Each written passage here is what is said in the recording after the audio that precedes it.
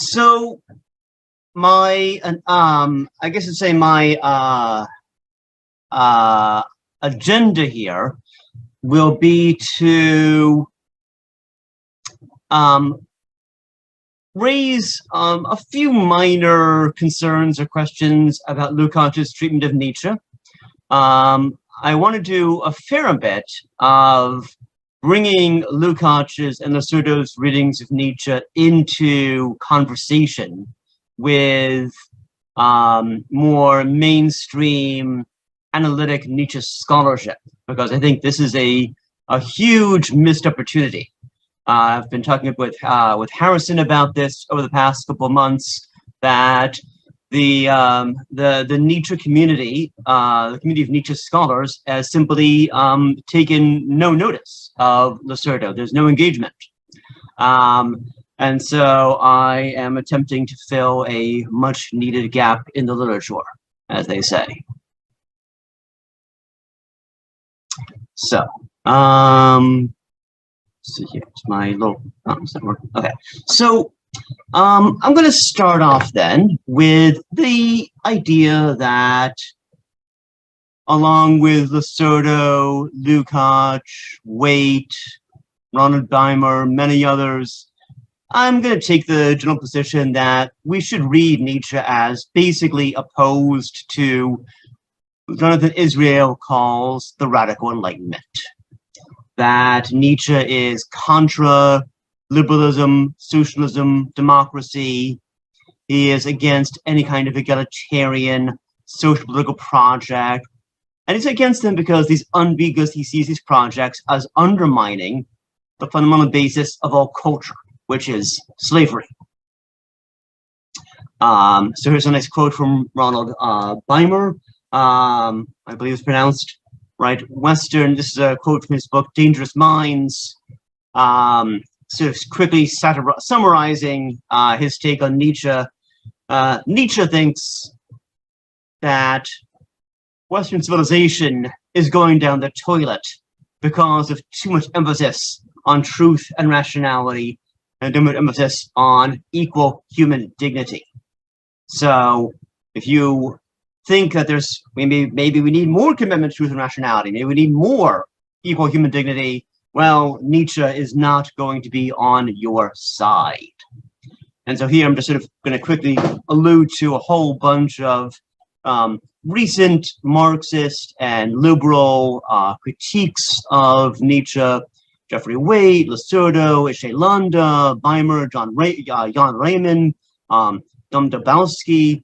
There's a whole literature that's been emerging, criticizing Nietzsche and pointing out exactly that underneath the multiplicity and diversity of styles and voices, and despite all the sort of postmodern playfulness, that there is a unity to Nietzsche's projects, a systematic unity, and that this is a systematic unity that can be disclosed from a Marxist standpoint once we understand Nietzsche's project as fundamentally a class project.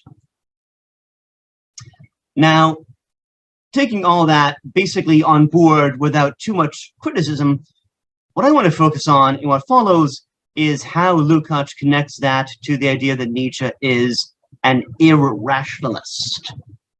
Right. Lukács says that Nietzsche is the thinker of irrationalism in the imperial period. He is a thinker of the indirect apologetics of capitalism.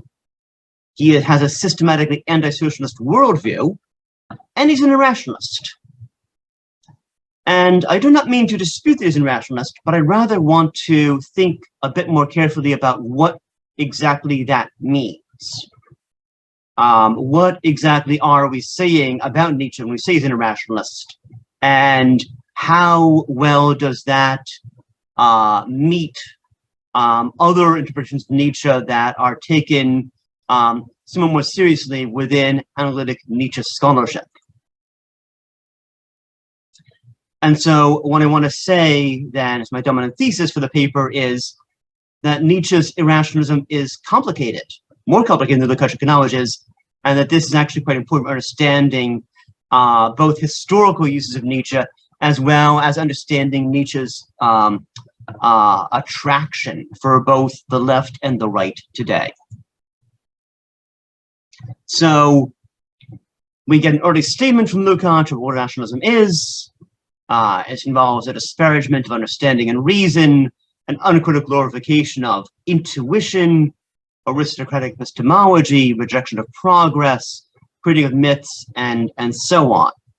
And so this is a very gloss Lukács then uses to then characterize a variety of targets, the late Schelling, Schopenhauer, Kierkegaard, Jaspers, Bergson, Nietzsche, William James, so on. And so here's a sort of nice statement comparing William James and Bergson, right? What they have in common is the rejection of objective reality and its rational observability. Perception becomes mere utility. There's intuition takes the place of a rationally grounded metaphysics, critique of natural science, and so on. And at this point, I would like to then raise the question, okay, how well does that characterize Nietzsche? Because I want to say that Nietzsche is different from other rationalists that Lukács discusses in two major respects. One, Nietzsche has a tremendous respect for natural science. He was very well informed about the natural sciences of his own day. We know from Nietzsche's library and the record of books he read while at the University of Basel that Nietzsche was extremely well informed about the cutting-edge 1860s developments in physiology, physics, biology, and psychology. There is no place in Nietzsche for a Kierkegaardian turn towards subjectivity, and there's no room in Nietzsche for a Heideggerian science does not think. So that's one big, I think, difference between Nietzsche and Lukács's other targets. The other big difference is that there's no real room for intuitionism in Nietzsche. The one passage where Lukács accuses Nietzsche of intuitionism is a reference to a very early text of Nietzsche's, Philosophy in the Tragic Age of the Greeks. This is not a theme you find in Nietzsche after he abandons his so-called early period when he is an acolyte and devotee of Schopenhauer and Wagner.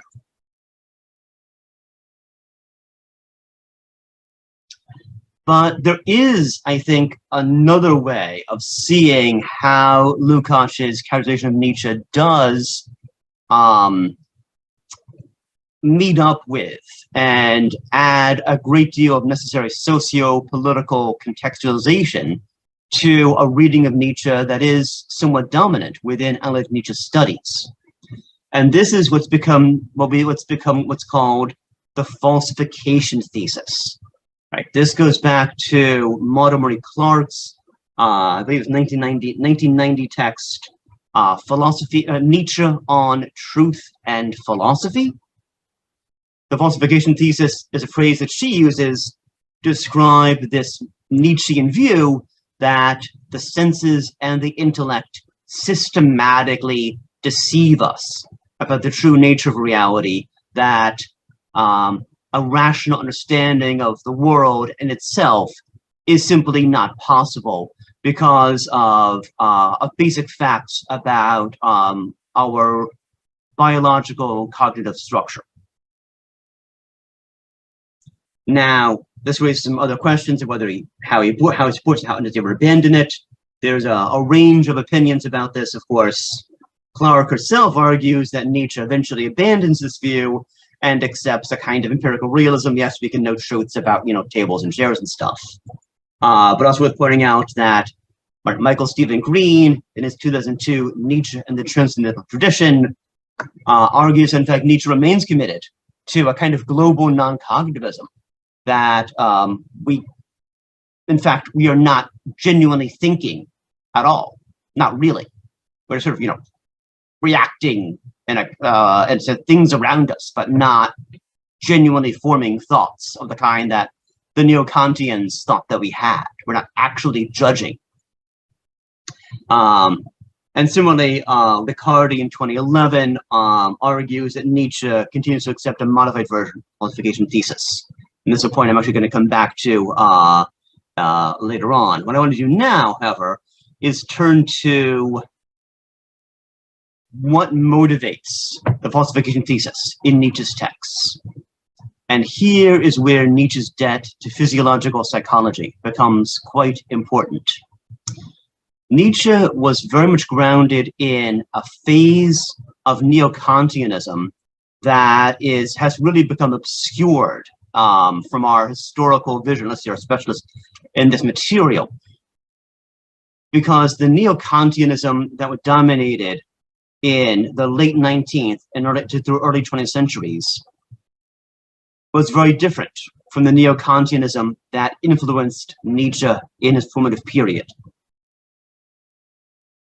The Neo-Kantianism of Helmholtz and Friedrich Lange saw the emerging experimental psychology. Right? Remember, might be helpful to bear in mind, experimental psychology is very young in this period, right?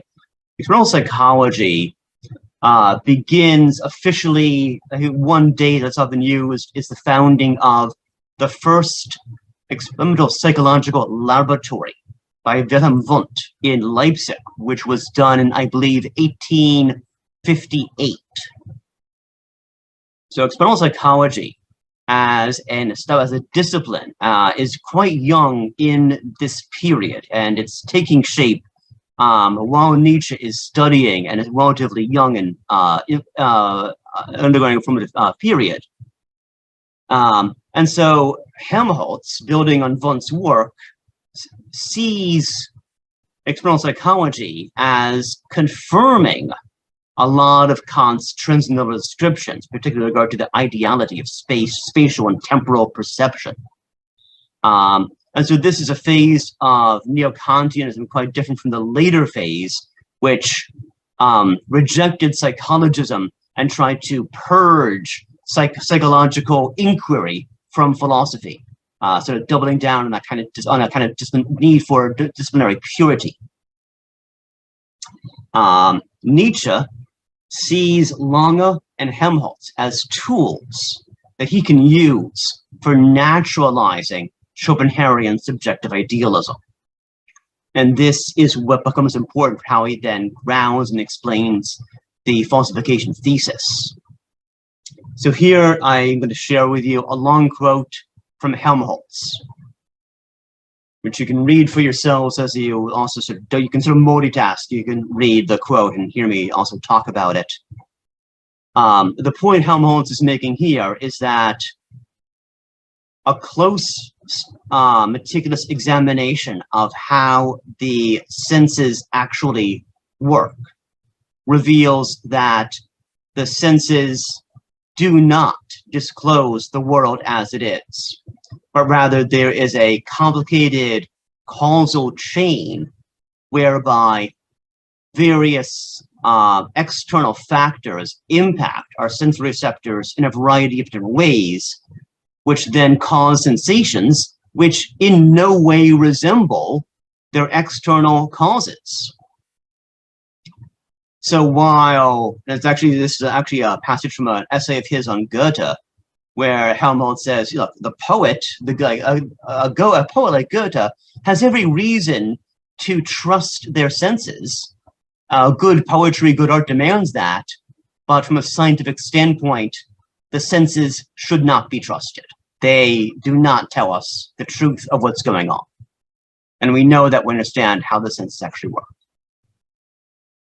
And I think it's remarkable to compare that with a passage from the early Nietzsche, from his very well-known essay, Truth and Lie in Extramoral Sense, an essay very well known for its, truth as a mobile army of metaphors and metonyms. But in this rather remarkable essay, we find Nietzsche using this very Helmholtzian language to say, we have no grasp of the true world, the world as it is in itself, right? Once you look at the physiological psychology, we see that it's all just these metaphorical transferences and transformations from irritation of our sensory receptors to the construction of sensory and mental images, which those mental images are then also transformed into vocalizations as we communicate. And none of these transformations preserve any kind of structural similarity or resemblances.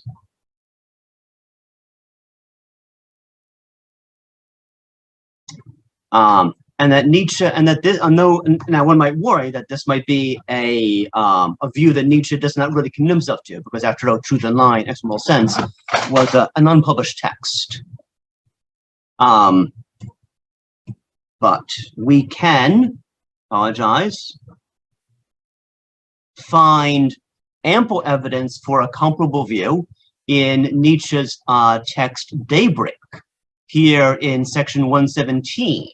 Right, Nietzsche talks about how the senses have woven us into lies and deceptions of sensations, right? All we can possibly ever experience of the world is that which fits what our sensory and cognitive capacities are able to handle. And as for the true world, the world itself, that is utterly meaningless. We have no perceptual or conceptual grasp of it. I think it might be also worth pointing out that here Nietzsche has a very nice anticipation of a view about sensory reception that we can also find in the contemporary philosopher of cognitive science, Kathleen Akins, from her 1996 article, where she also points out the sensory receptors are, in her view, she uses the phrase narcissistic, right? Their sensory receptors tell the organism what it needs to know for its benefit. That is not the job of the senses to tell the organism anything what's actually happening in the objective real world. Now, this does lead Nietzsche eventually to revise the defalsification thesis. So we find this remarkable passage in Beyond Good and Evil, section 15, just summarizing a very complicated, very interesting set of questions Nietzsche poses there in the following line of thought. Well, if the world is what we experience, is controlled by the senses, what does that tell us about the sensory organs themselves? If what we experience in the world is controlled by the senses, but one of the things that we experience of the world is our sensory organs, then are the sensory organs constructing themselves? Are they causa sui? Does it even make any sense? And this line of thought, it's been suggested by Riccardi, leads Nietzsche to revise the falsification thesis. And here we find a statement from Nietzsche's late work, Twilight of the Idols. The senses do not lie at all. So we're now rejecting the sort of early Helmholtzian view. What lies is what we make of their testimony, the way in which we introduce the lie of unity, of thinghood, of substance, of duration. And it should be, of course, noted that these are all categories in the Kantian sense, right? That these are, the lie is the intellect. It is the intellect that lies to us about what the senses are disclosing. So this leads to, and I think that this connects very nicely with Nietzsche's skepticism in Beyond Good and Evil, about the extent to which we can actually draw metaphysical truths out of what the sciences are telling us. Right, and so here's a long passage from Beyond Good and Evil, section 22, from the first section on the prejudice of philosophers, that it is simply not the case that the sciences tell us that nature follows laws, right? It is the idea that nature follows laws is an interpretation of the sciences, not what the sciences themselves are actually telling us.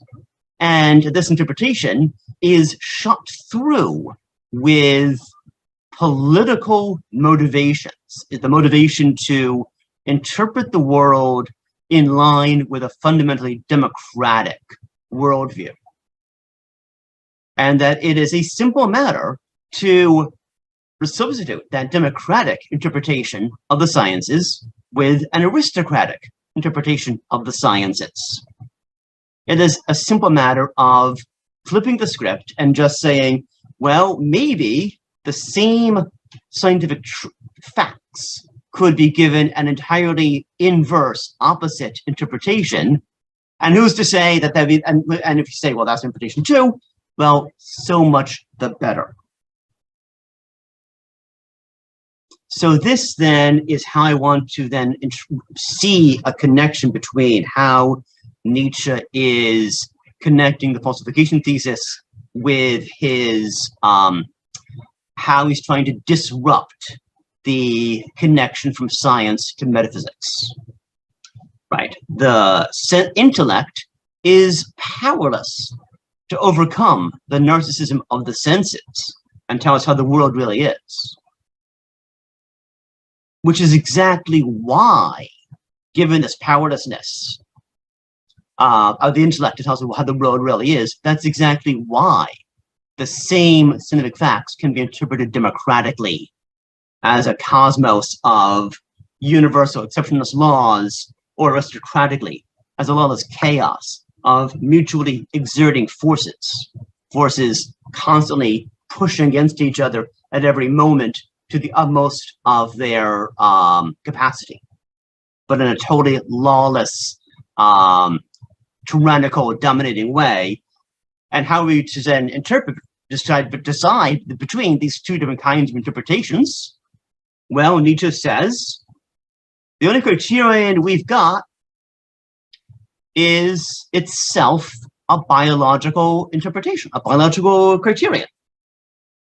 Right? Simply because we have no epistemic criteria for adjudicating conflicts between worldviews. We have no epistemic criteria because the intellect is powerless to overcome the narcissism of the senses. So, because the intellect is powerless to overcome the narcissism of the senses, we are deprived of any access to or any power, any epistemic criteria for adjudicating conflicts between worldviews. Given the absence of epistemic criteria, well, we could be relativists, but Nietzsche does not want to be a relativist, much as some of his postmodern readers want him to be or take that from him. But that is not where Nietzsche finally settles, right? Rather, Nietzsche's final thought is that in adjudicating conflicts between rival worldviews, we must resort to the biological criterion of which worldview is healthier, where what is healthier amounts to which worldview expresses a greater affirmation of life. And what is life? Well, Nietzsche tells us, essentially, will to power, overcoming, dominating, injuring, oppressing, exploiting. So the healthier worldview is the worldview that is more honest about what life is. And that's why the aristocratic worldview ends up being then superior, not in an epistemic sense, but in a radically non-epistemic sense, because epistemic criteria have been tossed out the window.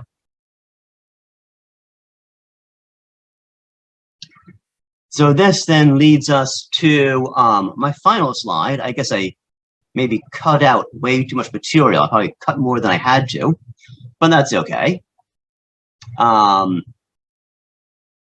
This then leads to the last point that I want to make then about Nietzsche, and what makes Nietzsche a very peculiar, very interesting, provocative, attractive, seductive, dangerous thinker.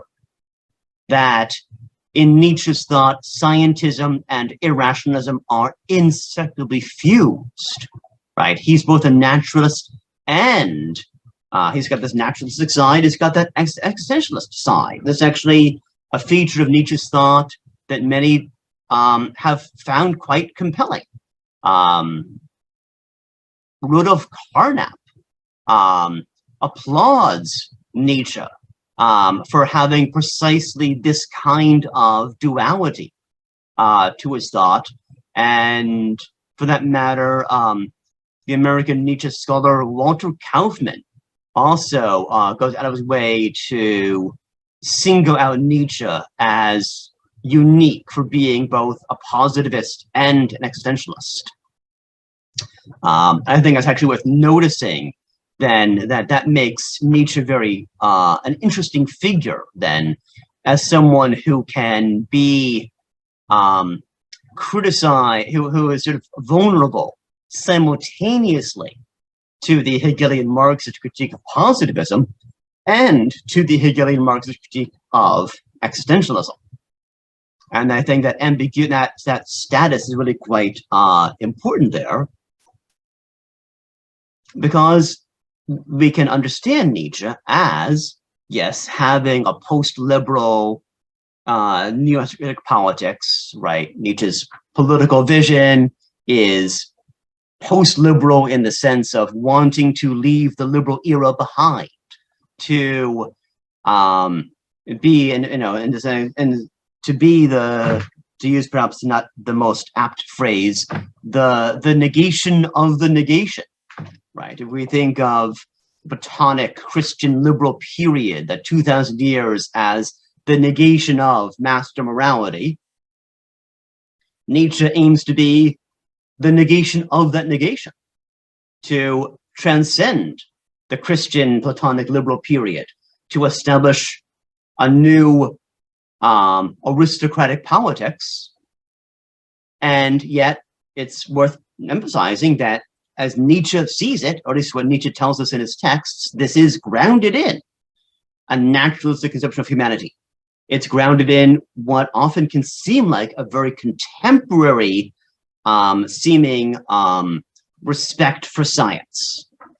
Maybe not science, maybe not metaphysics in the strict sense, but a very contemporary sounding respect for science, what the sciences tell us, a scientific worldview.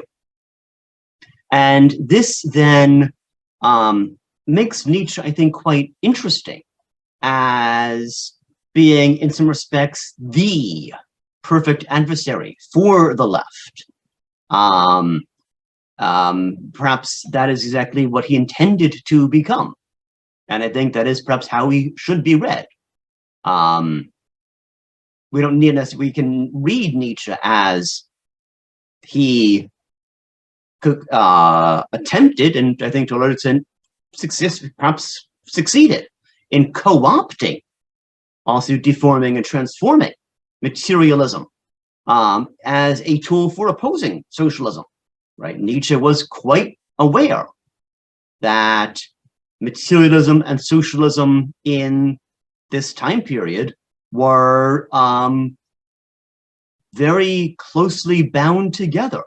We see that in Engels, we see that in Marx, we see that in a lot of these thinkers, and we see now Nietzsche trying to